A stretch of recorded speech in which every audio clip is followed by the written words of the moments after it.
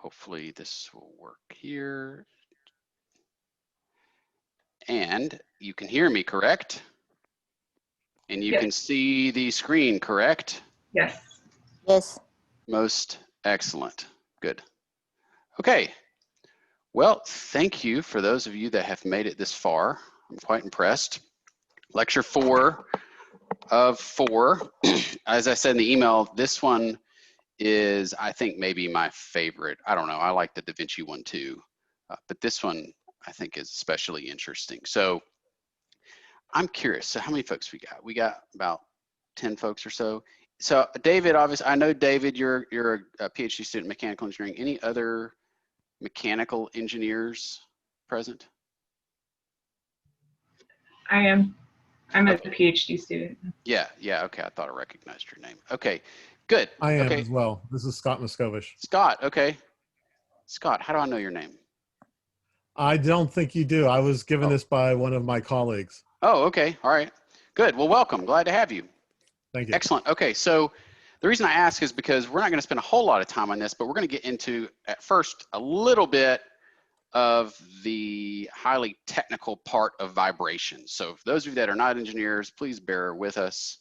But I decided to leave this in. This is obviously what I teach the students that take this course that are mechanical engineering students, and the purpose is to tie it together with some of the other courses they're taking, dynamics, kinematics, system dynamics and controls, other vibrations type courses.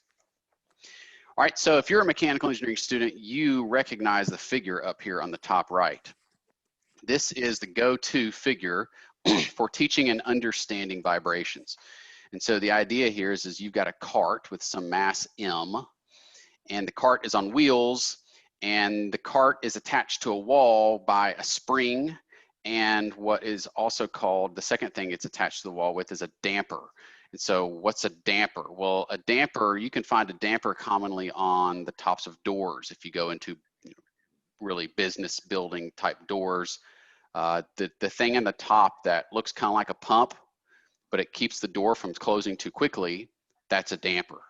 All right, so this cart on wheels attached to a wall with a spring. We know what a spring is. A damper, we now know what a damper is. We can describe the position of the cart with the variable x. And all the t means next to the x is that x is a function of time. So we can describe what x is as time goes along. And then u is also something that's a function of time. And this would be like a force. Like if you had some sort of force pulling on this cart, maybe it's pulling with a repetitive pattern, and so the pattern of that force that's input would be a function of time as well. So this is the basic setup. So, all right, so let's say we remove the damper. We've got the cart attached to the wall with a spring. Let's say we pull on the cart, pull it out, and then let it go. What's going to happen? If we were to envision what the position of that cart is in space, where it sits, what is that going to look like as time goes along? Anybody? If we just pull on it and let it go, if it's just got a spring. It's going to continuously roll back and forth.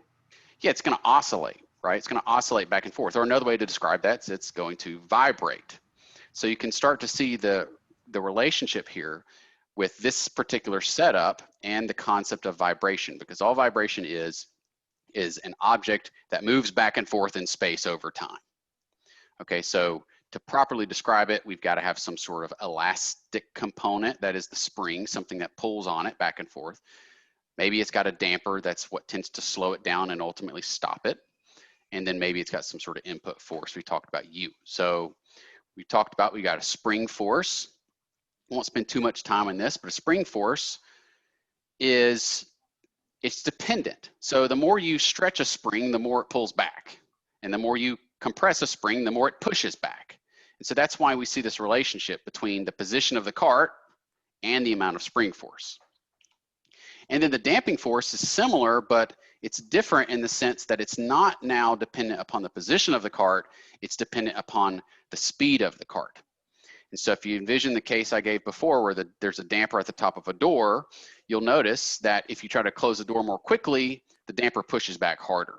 The damper pushes softer if the door is being closed more slowly. So the damping force depends on the velocity of the cart, or the speed of the cart, and all that dot means above the X there is that means that's a rate. So that says what is the position per some unit in time.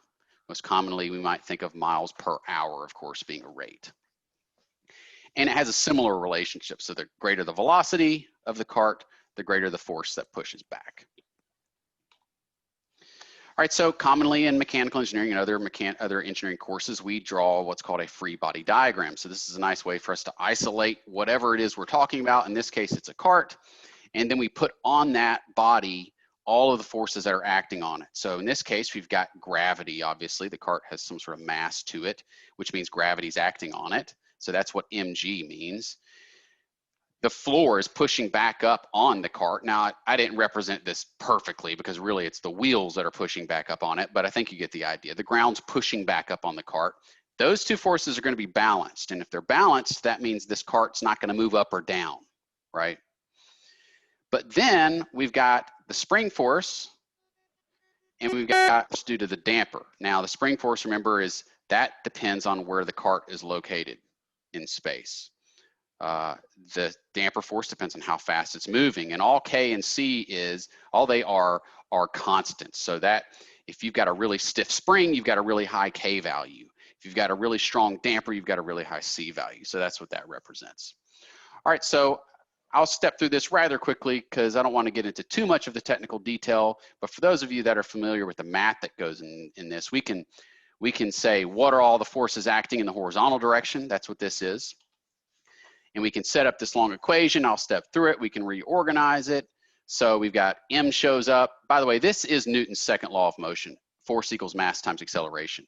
So you can see it's really the big sigma symbol. That means the summation of. So all we're doing is we're saying we're summing the forces in the X direction. That's the horizontal direction. And we're setting that equal to mass times acceleration. F equals ma.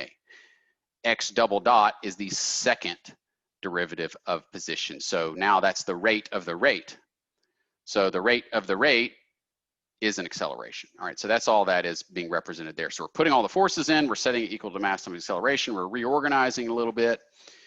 And this is where it gets really kind of complicated because what we do is we take this equation here, the third line down, and we rewrite it. And we introduce new symbols, and we introduce new symbols for a specific reason because these concepts start to show up in the field of vibration. So we've got this symbol that's called zeta. It's a Greek symbol called zeta. It's defined in this way. You can see here it involves C, that's our constant for the damper. It involves mass. It involves this thing called omega n, right? What is omega n? Omega n is it's the natural frequency. So you might have heard of that. If there's no damping on an object, it's the frequency that it likes to oscillate, the frequency that it likes to vibrate. So if you think of a kid being pushed on a swing, if there's no air resistance, no friction in any of the chain or anything, kid's gonna swing forever. What frequency is he gonna swing at? It's gonna swing at the natural frequency. So that's why we substitute in this omega n term. If you're interested, it's defined by the spring constant K and the mass as well. All right, so I think this is pretty much my last fairly complicated and mathematical slide here, but this is kind of cool. So what you're looking at, the equations on the top right, it's this general governing equation. We see accelerations in there, X double dot. We see zetas in there. I didn't really talk about that. That's called the damping coefficient. How much dampening is happening to this, okay? And I'm gonna demonstrate what that means here in a second. We've got our natural frequency showing up. We've got X dot, which is speed or velocity, and then we've got X, that's the position of this cart in time. All right, so then we've got this figure here on the bottom right. What does this figure represent? So this figure represents the position of the cart. So if we had no damping at all, it would just be what we call a sine wave, wouldn't it? Right, like the thing's just gonna oscillate forever back and forth. But the moment we introduce damping, you can think of it as on the door, you can think of it as air resistance or air drag is another example of dampening. It's not going to oscillate forever anymore. And depending on how much dampening we have, that's going to affect how this thing moves with time. So if we've got just a little bit of dampening, it's going to oscillate, it's going to go back and forth, but eventually it's going to work its way to where it goes to 0. So that would be, let me see if I can get my pointer here. That would be this case, right? So it starts to go back and forth and back and forth and back and forth. Eventually it stops moving. That's if there's a little bit of dampening. What if we got a whole lot of dampening, just a bunch of it to where this is like you can't even close the door because the damper's too strong? Well, that's going to be this case here where it takes a really long time. We may pull on this cart, we may pull it way out and let it go, but if the dampening is so strong, it's going to take a long time for this thing. Even though the spring's pulling on it, it's going to take a long time for it to settle back in its original position. But then we've got a special case that's called critically damped. That's this middle one right here. Critically damped is important because this is the case where it's kind of like Goldilocks. It's just right. It's perfect. It doesn't allow overshoot like the Western country western doors, right? That's what I think about. It doesn't allow overshoot. Doesn't take too long. It just settles right back in there to 0 at the least amount of time possible. So that's pretty important when it comes to vibrations, understanding that there is a critical amount of dampening that you can enact on a system such that it moves back to 0 as quickly as possible. All right, so there you go, A, B, and C. So A would be our underdamped scenario, oscillates. B would be our overdamped scenario, takes forever. And then C would be just right. Any questions on that before we move on?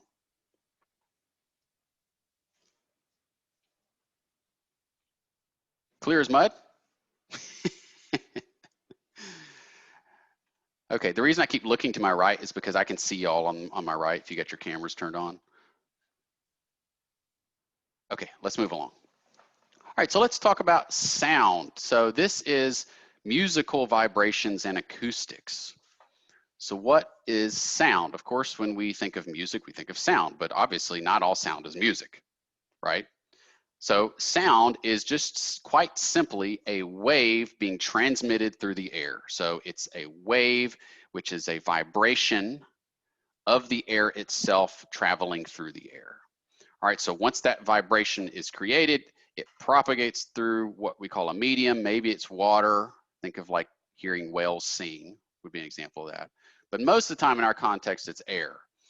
So from one source to another source, the receiver tends to be our ears when we think about listening to sound or music. It can be a microphone, of course, that's another thing. The microphone in your phone will pick up sound. Obviously, this microphone right here is picking up sound, that's a receiver, but most of the time the receiver is gonna be our ears. The source is either maybe our vocal cords, someone else's vocal cords, maybe it's an instrument like the piano behind me, whatever it may be.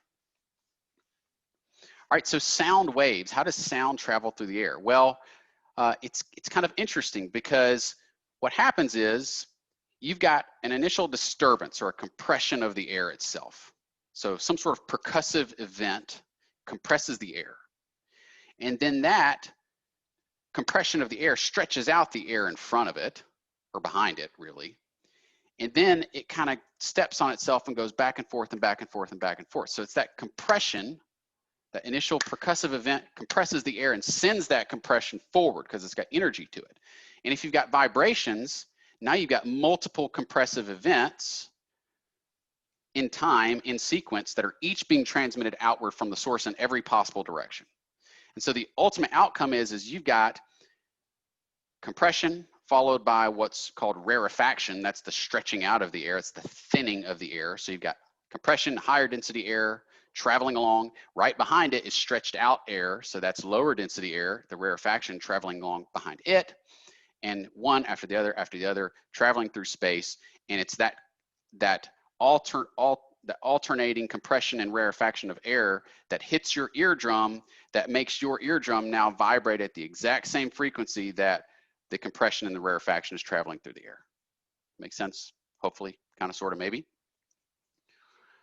All right, so this is kind of a nice figure here. This is, I think, a really good example of that. And so you can see the surface of the diaphragm on the left there, the red diaphragm, it's pushing forward. So it's compressing the air and it's sending that compressed air through space. Behind it comes a stretched out low density section, the rarefaction, and it's doing this over and over again.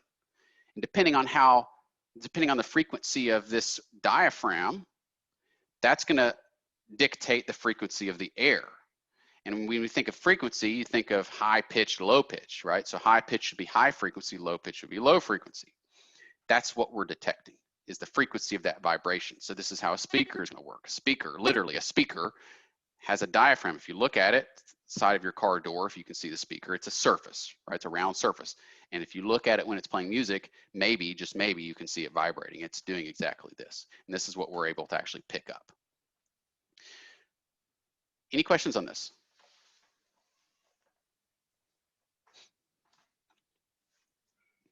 Good, okay. All right, so we talked about sound. Here's where it gets interesting. What is music? You recognize it. We recognize good music.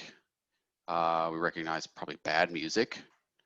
But what is music? So I'm curious, anybody have any definitions? I don't expect a complete exhaustive definition of any sorts, but anybody have any thoughts on what is required for there to be music? What do you think? What makes something music as opposed to sound? Pitch? Well, sound can have pitch. That's frequency, basically. There's a rhythm. A rhythm, okay, definitely. So what do you mean by rhythm? Can we be more specific? It could repeat itself. There's some sort of pattern. Perfect. I assume. Yep. There's some sort of pattern associated with it. Exactly. Anything else?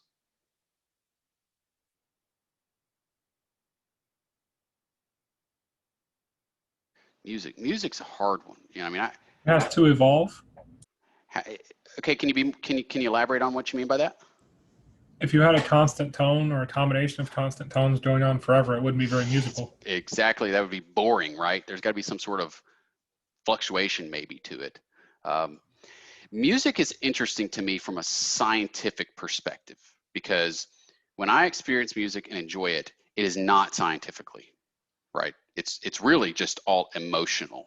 And as a science person, engineer, scientist, whatever you want to call me, that bothers me that I can't understand why I enjoy music. Now, I believe in God. I think that's part of it personally. I'm not going to get into that in this lecture, but I don't know. I have a hard time with this because I want to be scientific about it, but I just can't quite do it. So let's attempt. All right, so we've got some sort of organization. We talked about this a little bit. There has to be organization to music, maybe. Some kind of music's not very well organized. We'll talk about that towards the end. But most of the time it's pretty organized. So you got vibrations, of course, they're uniform vibrations. There's not really any sudden changes. This is kind of a cheap definition, but it's pleasing to the ear, okay? That's a good one. My kids laughing are pleasing to the ear, but that's not music, I can tell you that. So that's not good in and of itself. But we can really get more specific when we talk about characterizations of music. So characterizations, let's see. So tones or pitch, someone mentioned pitch, that's necessary. So we've got to have a frequency, but it can't just stay the same frequency. That's what we call monotone, and that's definitely not something we like to hear. So tone is a definite part of it. Rhythm, David, you mentioned rhythm, absolutely. That's got to be related to, or is related to, the length of each tone. So the tone's going to change from one tone to the next, or one pitch to the next, and it's going to do this following some sort of pattern in time. And that gets to the beat of the music. So this is a very specific pattern. It's got a specific frequency to it that we're hearing things. Intensity. This is a huge part of music, right? This is how loud is music. What does even loud mean? Is it intense? Is it loud? Is there amplitude? What are we talking about here? But we see variation. If you watch a movie or certain TV shows, you ever experienced it where you have to turn it up when they're talking and then all of a sudden music hits and it's boom, right? So there's variation in the intensity of music as it progresses along. And then there's something called timbre. So timbre, this is essentially what the sound sounds like. You can call it the quality of music, not necessarily how good it is, but the essence of what it sounds like. That is why a trumpet playing a middle C sounds very different than a cello playing a middle C. It's the same frequency. You ever thought about that? it has to be the same frequency in order for these instruments to play together. A piano and a cello, probably my favorite combination of instruments, sounds amazing together. They have to be tuned properly to match each other, to where the piano's middle C is the same exact frequency as best we can get it as the cello's middle C. So then how in the world can the cello's middle C sound different than the piano's middle C if it's the same frequency? And that is because of something called timbre. And that is because of the shape of the curve, without getting ahead of myself here. There's a difference. There's the frequency of the curve and there's the shape of the curve. So the shape affects how it sounds. All right, so what is music? Yes, question. I'm kind of doing some neuroscience work Cool. as the other part of my PhD. And so I was actually kind of curious because I sing in choir and I love music. And I read a paper that said basically there are many different parts of your brain that are stimulated and I guess light up is a good way to put it when you listen to music. And it's more than it's more than what would normally get lit up with just talking or with other experiences. And there are also emotional centers in the brain that are lit up. So that has a lot to do with it. Isn't that interesting though? I mean, you can hear a song that you've never heard before, has no ties to memory, but the combination of frequencies and sound and timbre and rhythm can create emotion. That is incredibly fascinating to me. And it can be done fairly reliably. I was listening to some music the other day. I can't remember what it was, in my car. It's a beautiful song. And my 5-year-old daughter says, this song sounds sad to me. And I had to agree. And she'd never heard the song before, but that blows my mind that oscillations through the air can generate emotion. I think that's quite interesting. That's interesting too, Allison. Thank you. So let's see what this guy has to say. So, okay, Gottfried Wilhelm Leibniz, 1646 to 1716. We're a little outside of the Renaissance here, but that's okay. Who is he? German philosopher and mathematician, first to devise a theory of dynamics based upon kinetic and potential energy. So we're getting away from Newton's F equals ma, and we're looking at kinetic and potential energy. It's just a different way to do dynamics. So he developed a lot of the differential and integral calculus at the same time as Newton did, but with a focus on kinetic and potential energy. So we're not going to necessarily get into that, but that's his background, okay, just so you understand. All right, so what did he have to say about music? I absolutely love this because I completely agree. It says, music is the pleasure the human mind experiences from counting without being aware that it is counting. I completely, wholeheartedly agree with that. There's something in our brains that aligns with mathematics that is experienced when it comes to music. And it's, to me, akin to the perfection of math, whereby 2 + 2 = 4. If we hear that through music, it sounds good. If 2 + 2 = 5 comes out in music, we don't agree with that, and it just simply doesn't sound good. There's something to do with the relationship between the frequency of the sound and how we perceive it, and whether or not we perceive it as beautiful. All right, so keeping that in mind, I have what I think is a really good example of listening to music and counting as we listen to music. So I think this is going to play, that you're going to have the audio. Karen, you're my go-to. Can you give me a thumbs up if you can hear it when I go to the next one?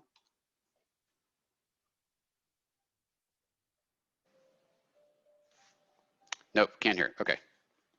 I know how to fix that. So I'm sure you've heard of this song. Here we go.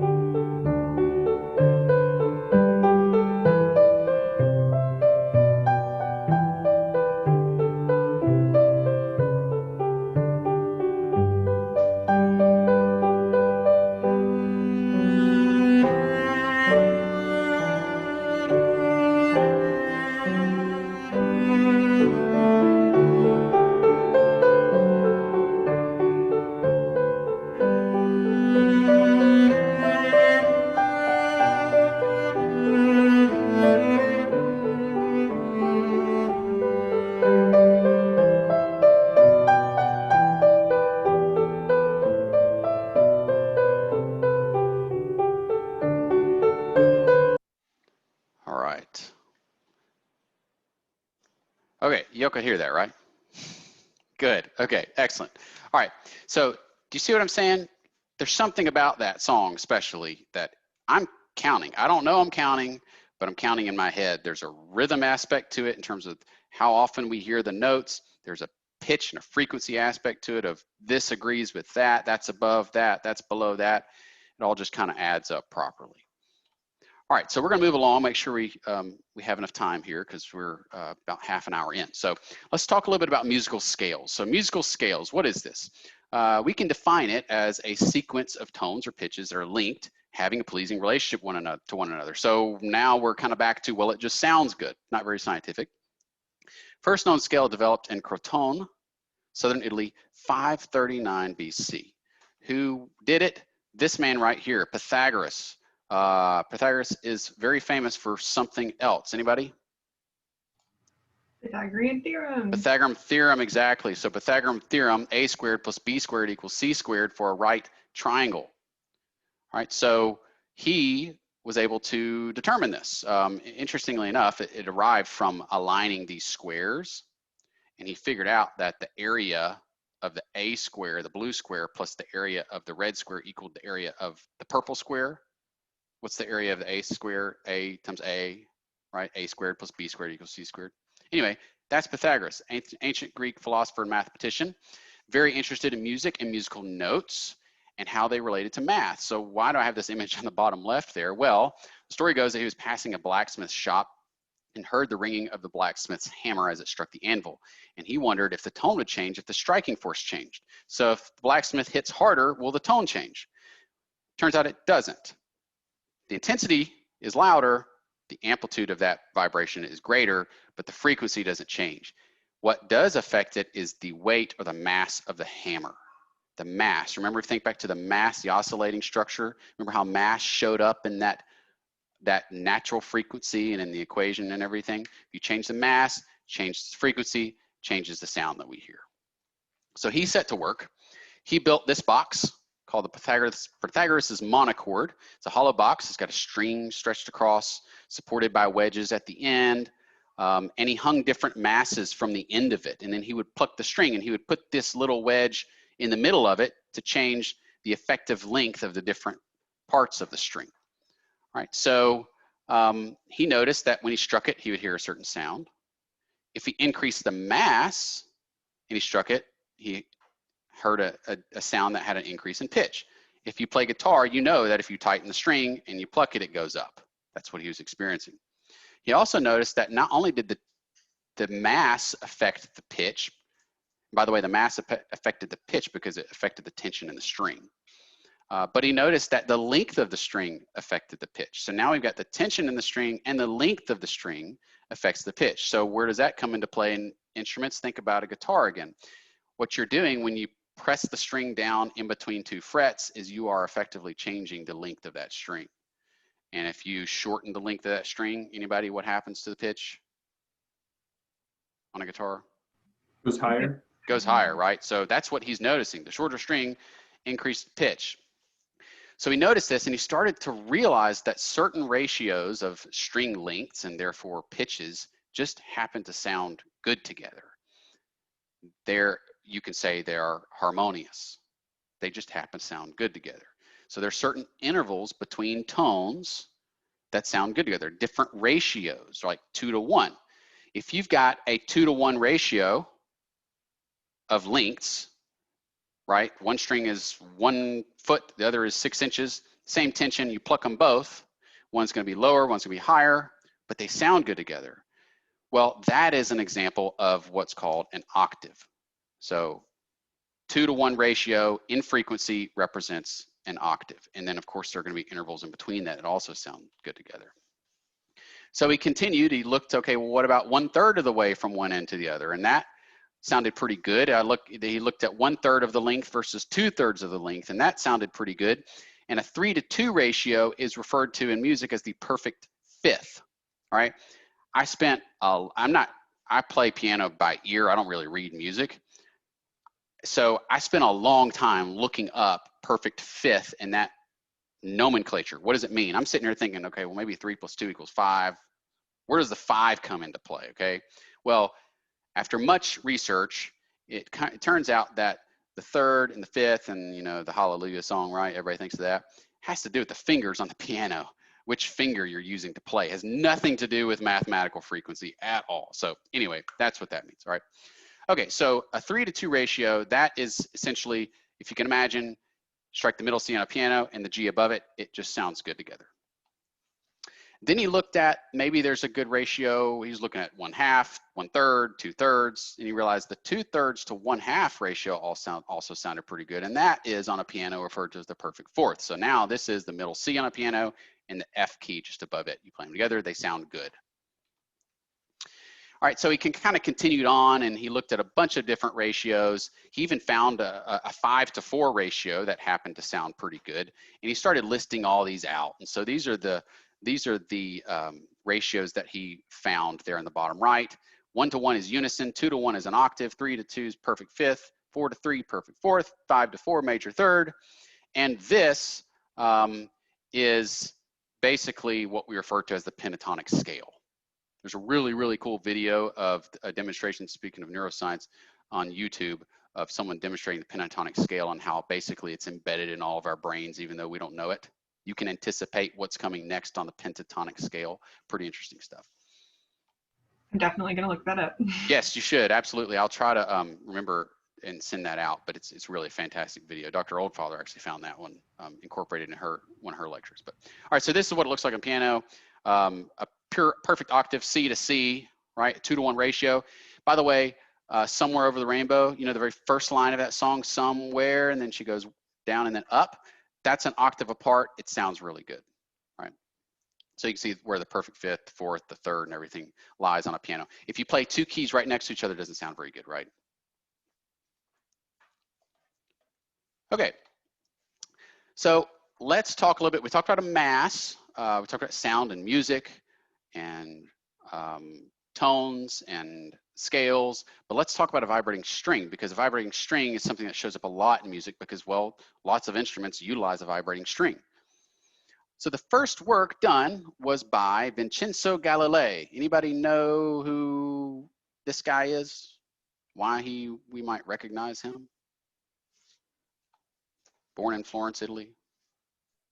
Is he related to Galileo Galilei? He is the father of Galileo Galilei. Isn't that interesting? So all the amazing work done by Galileo, his father did some of the earliest work on vibrating strings and understanding the physics behind it, right?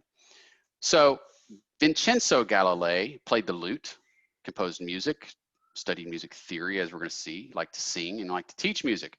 And he was one of the first that we know of to combine the practice of music with the theory of music. All right, so for a long time it was believed that just as a 2-to-1 ratio of strings produced an octave, so did a 2-to-1 ratio of, string lengths produced an octave, so did a 2-to-1 ratio of tensions. But nobody really tested that. And by the way, his son Galileo is really famous for, he's not really credited with the scientific method, but in a lot of ways he was the first to really use the scientific method. That is, surmise a theory or a hypothesis and actually do an experiment to test it out. Well, his dad said, let's test this out, all right? So he tested the theory. He constructed this essentially Pythagoras type box, and he hung different weights from it. And he changed the lengths and the weights, and he looked at everything and compared them. And he found that a 4-to-1 ratio of tensions resulted in an octave. So a 2-to-1 ratio in string length results in an octave difference, but a 4-to-1 ratio in tensions results in an octave. Experimentally, he was able to prove this out. So mathematically, well, how do we know that? Was he right? Does it make sense? Well, we can look at this mathematically. So here's an example. And we're gonna refer back to our understanding of the natural frequency that we talked about before. In this case, the mass is the string vibrating back and forth. All right, so now we've got a flexible, frictionless string of length L. So some length L, it's under some tension T. N just means newtons, M is meters. That string has what's called a linear density. So it's got a certain mass to it as a function of how long it is. So it's got certain mass per meter of length, okay? And we're gonna fix it between 2 points. All right, so you can calculate the natural frequency of that spring with this. I'm just the first time I've introduced this equation to you. I don't expect you to recognize it or to know it, but you can see that if you were to calculate the natural frequency of a vibrating string, thereby the pitch it makes when it's struck, it's a function of the length of the string, the tension in the string, and the linear density of the string. So now we're asking, okay, how do we get a twofold increase in natural frequency by changing the tension? Maybe you can already see this. The tension shows up under a square root, which means square root of 4 is what? 2. 2, right? So in order to double the natural frequency with changing the tension, we have to increase the tension by a factor of 4. So sure enough, Vincenzo Galilei was right with his experiments. Okay. All right, so a little bit more on that. A longer string, if we look at the equation, we kind of analyze the equation. If we increase the length, that's under the denominator, that decreases the natural frequency. So you increase the length of the string, you move your finger up the fretboard, decrease the frequency, decrease the pitch, right? Tension, of course, we talked about that. Higher tension, higher frequency, and density of the string itself. If you change the density, a less dense string vibrates at a higher frequency. That is why if we were to peer into this piano behind me, you would see that the bass notes are wrapped in coiled wire, copper wire, to increase their linear density. It's tension, but it's also the linear density of the string that affects its frequency. All right, I'm going to skip this next part because for the sake of time. Okay. All right, so let's talk about fundamental frequency, overtones, and harmonics. You might have heard of some of these in music. So conceptually, this is referring to frequencies that are overlaid on top of each other. And when we're talking about frequencies, even in one single string, believe it or not, its movement can be described as multiple frequencies overlaid. You can parse out different frequencies of that movement of the string. All right, so we've got the fundamental frequency. This is the natural frequency. This is the lowest frequency of just the waveform itself, but we can have other frequencies overlaid. So lowest might look like this, but maybe it does something like this, right? Then do you see how there might be a different frequency overlaid on the bass, the natural frequency? So a harmonic is simply a frequency that is a positive integer multiple of the fundamental. So 2 times the frequency of the fundamental, 3 times the frequency of the fundamental, 4 times the frequency of the fundamental. That's a harmonic. And then an overtone is just simply any frequency that's greater than the fundamental. It's not necessarily a harmonic. So all harmonics are overtones, but not vice versa. Okay. So this is a little bit more of what it looks like graphically. So we've got a string that's vibrating, and its lowest frequency is going to be the fundamental. If there's a frequency present in that string that's 1/2 of that of the fundamental, that's a harmonic. It's for second harmonic. If there's 1/3 of that, it's a third harmonic, et cetera, et cetera, et cetera. All right, so remember, these are all overlaid on top of each other. This next video is pretty cool. I don't think I've shown this. Y'all haven't seen this, right? No, okay, I'm losing track of when I've taught certain things here. This is cool. So this is a violin, super, super slow-mo, and you can see the string violate. You can see the string vibrate with time. Here, let me redo it. Let me replay it. And if you look close enough, you can actually see the overlaid frequencies. It's not just back and forth. You see that? It's hard to see all of them, obviously you can't, but you can see some of them. There's an overlaying of oscillation going on there. Pretty neat stuff. All right, so waveforms in music. We've talked a lot about waves, but remember I said that the shape of the wave itself affects how we perceive it, and that's why a trumpet playing a middle C is different than a piano's middle C, which is different than a violin. A violinist playing middle C in a violin, and that has to do with the waveform shape. So the simplest and most common that we know of is called a sine wave. That's the red one on top. Doesn't really have any harmonics. It's just one single waveform. If we start to overlay frequencies, then we can change the shape of the wave. And that's how we get to these more complicated waves, square, triangle, sawtooth, etc. All right, the square wave, this is the fundamental, the sine wave. And then if you add in a lot of the odd harmonics, so 1/3, 1/5, 1/7, that produces a square wave, and it tends to have what is described as a breathy or a raspy sound. A triangle wave is the fundamental all right, and then rapidly decreasing odd harmonics, all right? So it tends to produce what's called a reedy or thin sound. And I've got some nice videos that demonstrate this here in a second. And then we've got a sawtooth wave there in the bottom.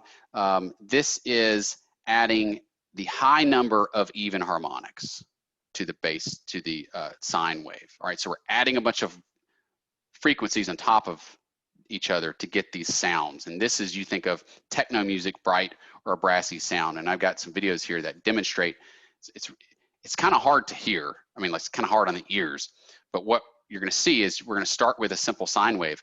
And then for the square wave, the videos, they're going to add in the odd harmonics until it transforms into a square wave, and you're going to get to hear what that sounds. So remember, that's referred to as breathy or raspy sound. So I assume you can't hear this, right? Yep. Let's I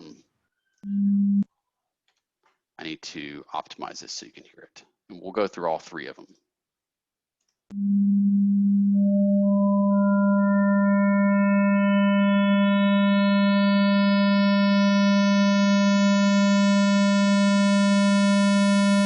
You can see it's turning into a square shape.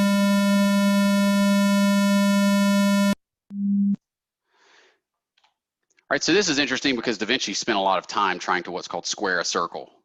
It's kind of what we're doing here. We're turning a sine wave, circular type motion into square. So that's just kind of an interesting aside. All right, so now here's a triangle wave.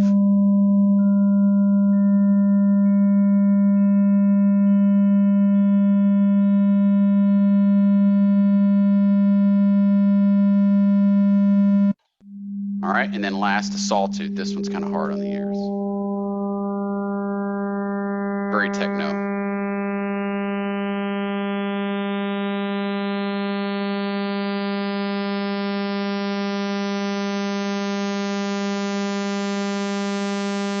Okay, we won't go the whole way there. Y'all can hear me talk, right? Okay, all right. Okay, I'm gonna show you now another video, much more pleasant. This is super cool. So essentially what happened was someone was filming at a wedding of a violinist, and video, of course, is taken out of frequency. It's a series of images taken out of frequency. And the video is just happened to be taken at a frequency that allows you to see the string on the violin being played oscillate. So we're just kind of grabbing moments in time, and it lined up so perfectly that you can see the string oscillate. So it's really cool. So we're gonna watch it here.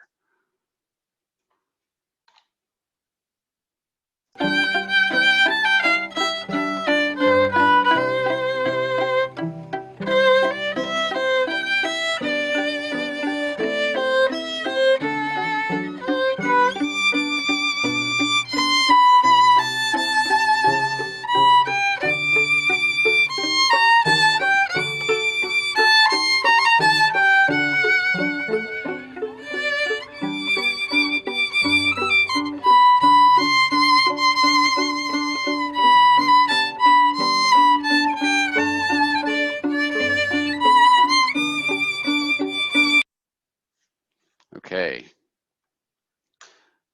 Let's see here. So I find that pretty interesting personally. Okay, so back to timbre, quality of tone. I already talked about this, and I mentioned how the shape of the wave affects how it sounds. It can have the same fundamental frequency, but when we start overlaying overtones, that's going to affect how it sounds, and different instruments sound differently. So this is a rough example of the shapes of the waves that are produced by a flute, an oboe, and a clarinet. So a flute, it looks like a square wave, kind of, a little bit. And if you were to describe how a flute sounds, you could get away with breathy and raspy, couldn't you? You could get away with that. So it kind of lines up. I'm not exactly sure what's going on with the oboe, but I wanted to keep that in there anyway. A clarinet looks kind of like a triangle, maybe even a sawtooth wave, and that's described as reedy or thin. And you could also get away with describing the sound of a clarinet as reedy, obviously, because it utilizes a reed. So it lines up. Okay, so we talked a lot about beats in music and how beats are important in music. Where does this even come from? Is this simply up to the discretion of the drummer or whatever musician is playing? Well, not really. All right, so let's talk about beats in the context of waves. And you might be thinking, what do these two have to do with each other? And they have a lot to do with each other. So, okay, so we've got two sound waves that are traveling through space. They've got the same wavelength, all right? They've got the same amplitude, they've got the same frequency. Basically, the two waves are the same.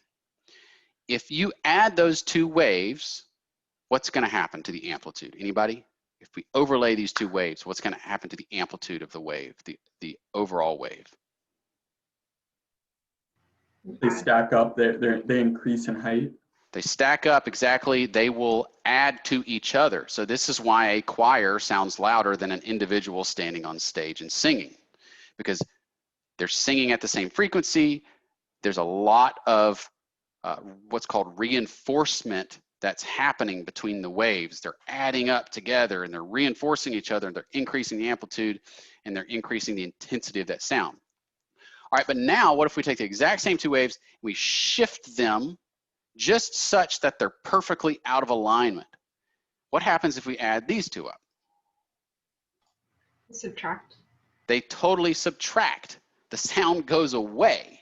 So if you've ever wondered how noise canceling headphones work, they work this way, because you got a microphone that detects the input sound and then generates the opposing frequency to counteract that sound. Okay, so this is called interference. And when you have waves interfering, then you have the result is a decrease in amplitude. All right, so what does this have to do with beats? So beats are created and can even be heard when you've got two waves that flow past each other at different frequencies. All right, so there's a little bit of reinforcement going on by some interference going on. So if you got reinforcement followed by interference, then you're gonna hear a thump, thump, thump, thump, thump, right?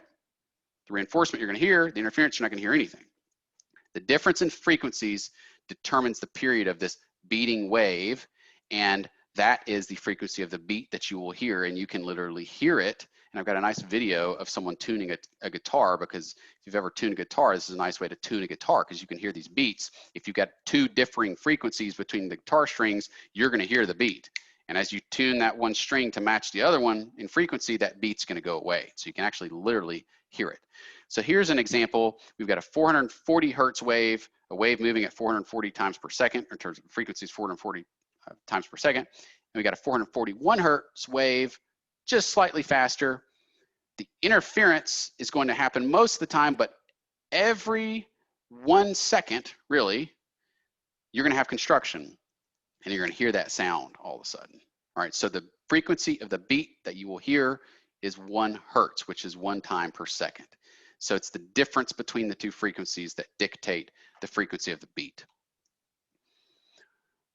All right, so like I said, frequency and beats are commonly used to tune instruments. I mentioned that you can hear them, and now we're gonna actually just go straight to this video. So I need to optimize so you can hear it.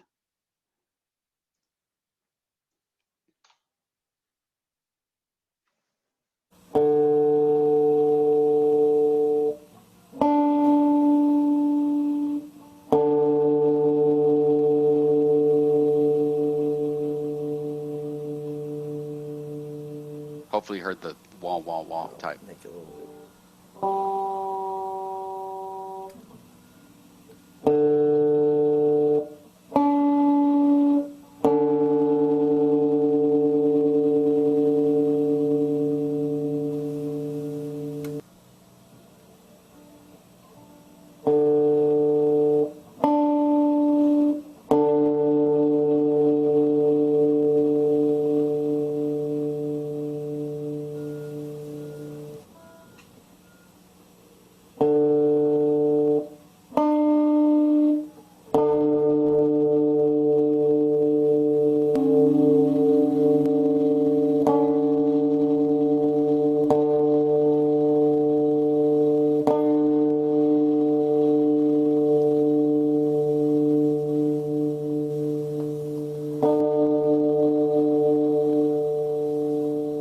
Now it'll be in tune.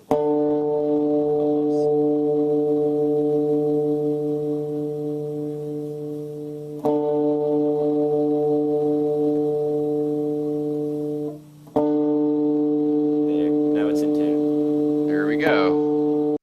So the idea, of course, is to eliminate the beats.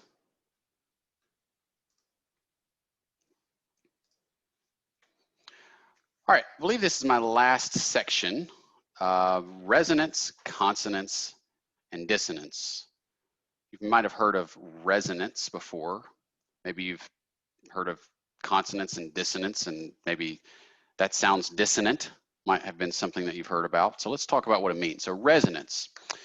So resonance occurs when one vibrating body sends out a wave that starts a second body to vibrate. That's all it means.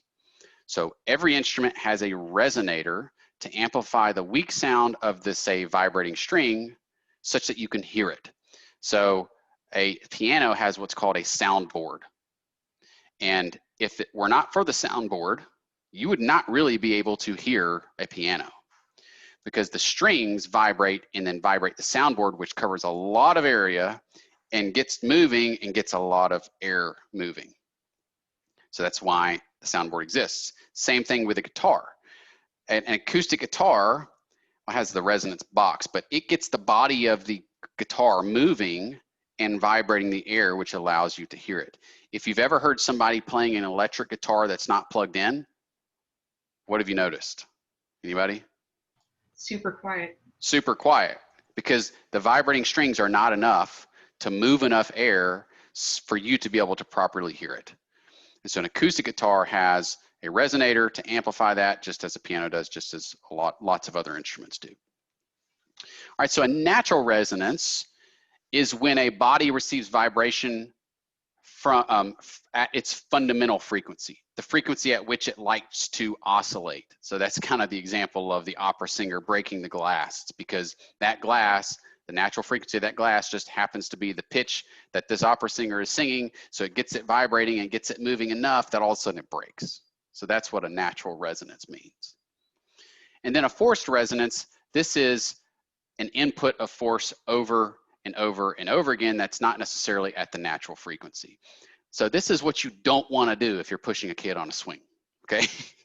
Because you're going to get a foot to the face if you do that. You want to push that child on a swing at the natural frequency every single time. Forced is going to be you're coming in at the wrong time and it doesn't really work very well.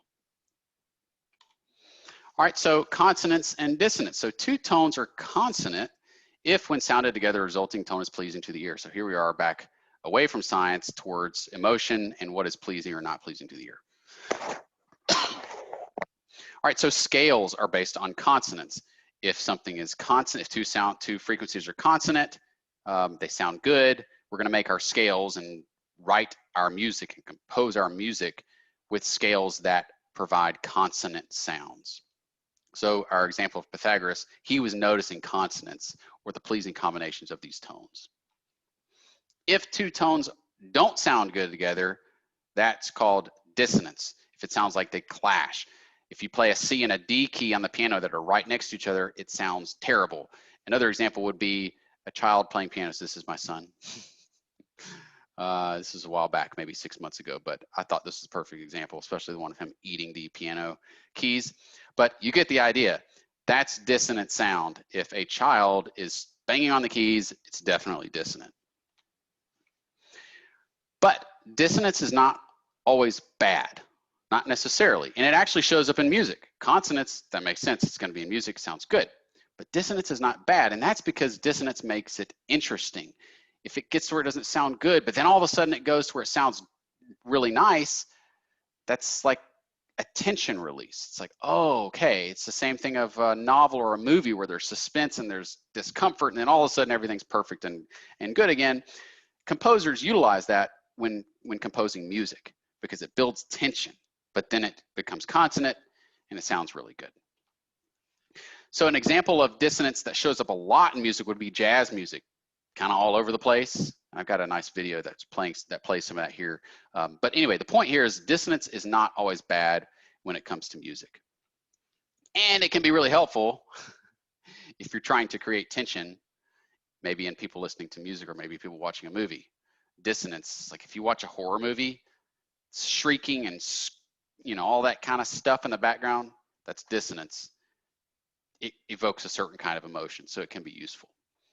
All right, let me play a video here of some jazz that utilizes dissonance.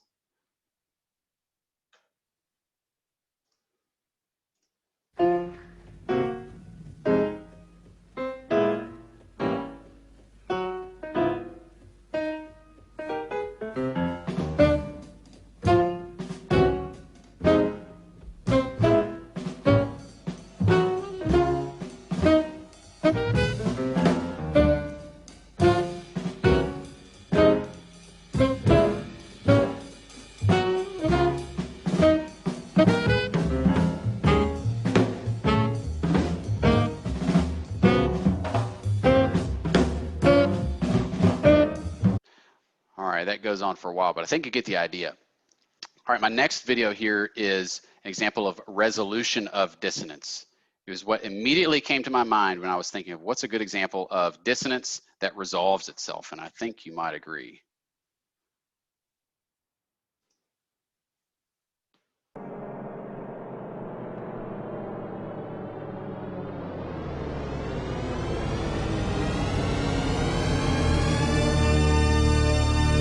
Feels good, doesn't it?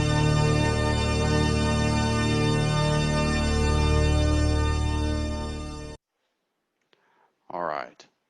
So, man, I'm good. It is 7 o'clock and I'm done. Any questions? I thought that was very good. I think the most interesting thing to me was the guitar tuning, because I never realized, like, you know, when you sit there and when I sit there and tune my guitar, you tune it until it just sounds right. But Yep. I guess the sounding right is when there's no more of those beats. And I never Exactly. knew that. Yep. It's very, very, very, very useful when tuning a guitar and piano too, by the way. I can't Well, tune a actually, piano, but piano tuning, they actually have to tune it out of tune. Because if they tune everything perfect, you could only play in one key. that's So interesting. piano tuners have to learn how many beats to count between each notes to make it, it's called the tempered scale. And so it's actually out of tune slightly so that you Yep. can play in any key and it still sounds good. You know, that's a really good point. Yeah. So Dr. Oldfather gives a lecture in this study abroad course. She gives a 2-part lecture on musical theory. She spends a lot of time talking about that, and that is something that is kind of out of my league. So I try not to cover it. But my understanding of that is that the math is great, but it's not perfect. It's kind of like magnetic north is not perfectly north. So yeah, the frequencies matter, but it's not as simple as 1 to 2, 1 to 3, 1/3, 1/5, 1/7. There is a slight, subtle adjustment that has to be made so that the keys from all the way to the left to all the way to the right can be played together and work together. That's all I know about it, but that's always been interesting to me. That's a very good point. I tried to learn how to do that years ago, but it was so hard to have something out of tune. So. Yep. So great talk here. Have you ever heard of how astronomers use radio telescopes to observe like the radio frequencies out in space? Because I've heard of some looking at stars where which have exploded, and they basically oscillate back and forth because they basically collapse back on itself. It's kind of amazing how even like things like stars can actually have some sort of oscillating frequency. What are your thoughts on, I guess, even like in nature, for instance, when things aren't even human, can follow some sort of pattern? Yeah. I don't know a lot about the use of radio frequency detection in space. Do they use it to identify certain planets or stars? Is that kind of the idea? Maybe they have certain frequencies if it's a planet, or if it's a star, or if it's a supernova, or if it's what I mean. That's the only thing I could think of. Because there's some sort of electromagnetic spectrum they emit. So it's another way to detect stars that are light years away, and there's some they've even detected thousands of light years away, and they can find like an oscillation at a certain frequency. But yeah, I find it very fascinating that it can even, you know, some of these patterns can even happen out in nature. Even like when we listen to birds, for instance, there's some sort of, you know, musical tone to it. I find it very fascinating. I wanted to like hear your thoughts on either in like nature or things like that. Yeah. The birds thing, that's a tough one because this is getting back into how do we define what is and what is not music. And you know, there's a lot about a bird's song that does not fit the criteria that we talked about, but there's a lot that does. And that kind of gets into what is beauty. How do we get into that? How do we perceive something as beautiful? How do we quantify beauty? That's even more difficult. Yeah, all that stuff's really interesting to me. And then if you think about things like the Big Bang, which some I believe theorize that, so the Big Bang, you know, the universe happened because of a Big Bang, but the thought is that it's a cyclic process. So we're expanding, but eventually it's going to collapse on itself again, and then it's going to expand again and collapse. So what about frequencies occurring over eons of durations for, you know, for their oscillation period? You know, it's stuff we can't even detect. That's kind of mind-blowing stuff to think about. Yeah, all that's kind of fun to think through. I guess I don't know if there's even an answer to this, but how would you consciously try to sing a square wave or sing a triangle wave? Hold your nose, maybe. I don't know. I don't. You know, it's interesting because the timbre thing. That's how we're able to distinguish one voice from another. And so some timbre sounds better than others. All you got to do is listen to people on the radio. There's a reason why they're hired to talk on the radio, because they have a nice sounding voice. I don't know what a human voice wave form looks like. If it is triangular or square, like, I don't know. It kind of looks like I guess if you're singing, it looks kind of like a fuzzy sine wave, because your vocal cords, or everyone's vocal cords are shaped differently, and if you damage them, then you lose the higher notes that you can sing, and your voice naturally goes lower as you age. But so that's related to timbre, the shape of the wave. Yeah. So I give an entire lecture on the acoustics of singing, and we don't get into that necessarily in terms of the waveform shape, but I will say that my background's biomechanics, not vocal cord biomechanics, not throat biomechanics, and that was one of the more challenging lectures for me to put together, because you've got all this anatomy, complicated anatomy that works so amazingly. The musculature involved in generating different sounds just so that we can speak is absolutely incredible. It's hard to wrap your mind around all of the muscles and the coordination of the muscles within your throat that take your vocal cords and stretch them out to increase pitch, or pull them together, or squeeze them close, or pull them out, or drop them down. I mean, it's just incredible, the anatomy involved in speaking, much less singing.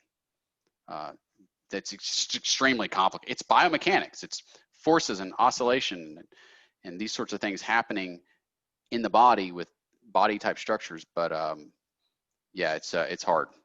It's hard to study, and it's harder to teach, I'll tell you that. So I'm going back through the slides, and so I guess, could you explain again what Da Vinci was trying to do with squaring a circle? Like, why was he trying to do let's that? go. Yeah, let's go to that. Let's see here.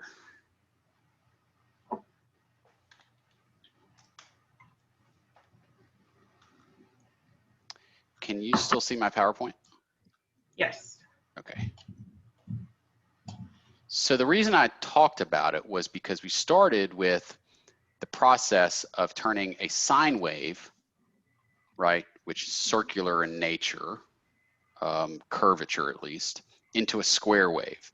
And the way we did that was we added the odd harmonics, right? The 1/3, 1/5, 1/7. We kept adding them, and the more we added, the more square the wave became. So Da Vinci, the reason I wanted to bring this up was what we were doing in the previous slide, the video was doing, was effectively turning a circle into a square by adding a lot of different circles to it, is a way to think about it. Just smaller, smaller, smaller ones, and more in specific ones, more, specific curves. Right. Da Vinci, this is some of his work. He was obsessed with figuring out how to relate a circle and its parameters, circumference, diameter, whatnot, to a square and its side length. And how can you divide up the circles? I mean, if you look over on the right side here, can you add a bunch of circles together to get a square? How do the parameters of the circle relate to the square you're building? How many times you have to divide it up? Are there ways that you can maybe make certain cuts? Can we circumscribe a square with a circle? I mean, like, how do you do all this? How do you do all this stuff? He was just kind of obsessed with it, never figured it out. I mean, this is really cool stuff, right? Like looking at all of his notes here, all this. So I just find it fascinating that, it seemingly he wasn't aware of frequencies and what happens when you add frequencies, but that's kind of what we were doing, is we were squaring a circle. Interesting. Yep. Okay, so these are just, okay, He's just trying to figure it out. Like, how can you mathematically convert a circle to a square or vice versa? That's what he was trying. You got to think calculus has got to get involved at some point, because we're going to have to go to infinity to go from curvature to straight line at some point. Yeah, it's kind of like, it makes me think, what is the, oh my goodness, I can't remember if it's like an equation or the square thing. I think it's like the square thing where you keep having the rectangular square. Yeah. Right. But you're talking about taking it to a mathematical limit is essentially what. Yep. And that's the essence of calculus, is that sort of thing. Yeah. Differential units. Other questions? Thoughts, comments? The comment. Oh, go ahead. Okay. So I see the use of critically damped filters a lot in biomechanics data. Mm-hmm. Can you just explain, is that basically the researcher not wanting to overshoot or undershoot the smoothing that they're putting on the data? So you're talking about filtering data. Are you talking about filtering data? Yeah. So filtering, all right, so this is something I didn't really get into. You can parse out the frequencies of a signal with something called a Fourier transform. So you can say, okay, mathematically, the primary frequency is this, but there's a secondary and a tertiary frequency, et cetera, et cetera, et cetera. And so in biomechanics, if we've got, say, a marker on someone's leg as they're walking through space, and we got a signal that comes from that, there's going to be a lot of noise introduced to that from the system, from the camera, and its ability to accurately measure where that marker is in space. So we know that there's a lot of data that is not real, right? It's spurious data. It's not real data. It's just noise. But we know that the person walking along at about 1 hertz is real. And so can we pull off all of the higher frequencies or filter the signal by pulling off the higher frequencies through something like a Fourier transform to get at the real signal, taking away the noise? And so that's the smoothing of the line that you're talking about. So in biomechanics, it's kind of, if I'm understanding your question correctly, I guess is my interpretation of this is more smoothing in that particular case, or pulling off those erroneous signals. Okay, that makes sense. Yep. Thank you. Yep. I was just going to say that I heard, this is years ago, but there was a study and they had different instruments playing the same note, different recordings, and they they cut off the initial articulation or attack, and it was much harder to tell the difference between what instrument was playing when you didn't hear that initial attack. They Really? sounded, if you just heard the rest of it, they sounded a lot more similar. That's interesting. Yeah. So we're able to recognize the start of it somehow. Right. That once it's all going, it's kind of blends. You know, it's plucking a string, or, you know, Right. even just between wind instruments, you know, Yeah. the initial attack is very different. Interesting. I like that. There's actually something, so I actually write songs and all of that, but one of the things that I learned in like a songwriting singing class thing was that if you listen, especially to some country music artists, or just like in general, but it's obvious with them, they won't necessarily sing the word that you think that you're perceiving them to sing. Because instead of singing the B, or like say that there's a B letter, then they might sing a V or something, or I guess singing an I or an E is always, it just sounds terrible to the ear. So they'll sing a slightly different letter, like an A or an E. Yeah, it's the famous meme of Justin Timberlake saying it's gonna be May, right? It's gonna be May. Yeah. He doesn't sing it's gonna be me. He sings it's gonna be May, because for whatever reason you can project it better and it sounds better to the ear. Yeah, that's interesting. And and you can look at like I think it's like the Italian singing vowels. They're like A, E, A, O, or something. And it's meant to sound really pleasant, and then you kind of perceive what you want to hear, which is kind of a different type of thing. But yeah. And classical singers never sing an R. That's a big no-no. Wow. Because it sounds so harsh. I didn't know that. Yeah. I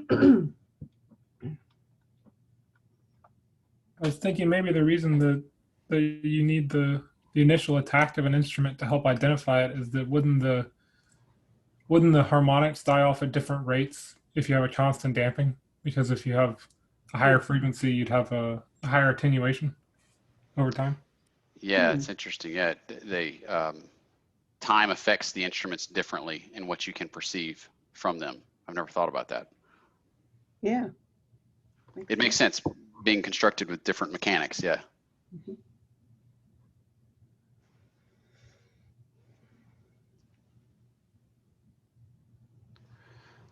All right, everybody. So thank you very much. This was fun. I really enjoyed it.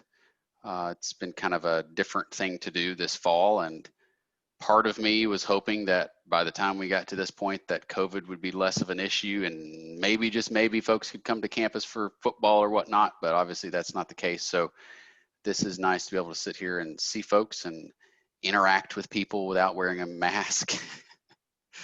So I thank you for attending. It means a lot. So, all right, I guess we'll wrap with that. This will be posted to YouTube. I'll try to remember to send out a link to that as well. So thank you all very much. Thank you. Could you encourage other professors to do this? Yes, I could. Yeah, you know, interestingly, I was talking to Dr. Shaw recently, and he said they were thinking about maybe doing some stuff as well. But, you know, there has to be a balance, right? Because I probably wouldn't want to teach a fluid mechanics course in this format, right? I mean, maybe there would be interest, maybe. So you kind of have to find that combination of what's interesting and, you know, what we're already teaching, I guess. Yep. I feel like this is something where maybe you could just have 4 professors give 4 lectures, you know, 1 lecture each over the course of the semester instead of just 1 or 2 people. You know, especially now that everyone knows how to use Zoom, right? Yep. I think it's kind of like, well, obviously, you know, it's an outreach thing. Here,